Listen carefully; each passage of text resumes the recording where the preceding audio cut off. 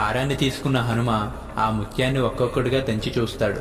దానితో సభలో ఉన్న వారంతా హనుమను, సీతమ్మ తల్లి ఇచ్చిన గొప్ప ముత్యాల హారాన్ని నువ్వు తెంచుతున్నావు, అందుకు హనుమ నా రామయ్య లేని ముత్యాల హారం నాకు వద్దు అని విసిరేస్తాడు. ఆ విసిరేసిన హారం ఒక సాధువుకు దొరుకుతుంది.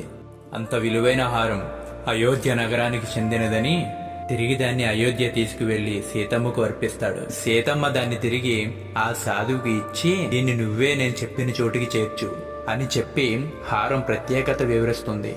దాని రక్షణకై హనుమానును తోడు పంపుతుంది.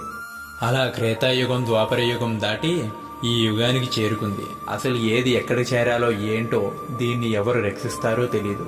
అసలు దీని విలువ ఏంటి? అది ఇప్పుడు ఎక్కడుంది గురువు గారు? అది తెలుసుకోకపోవడం మంచిది.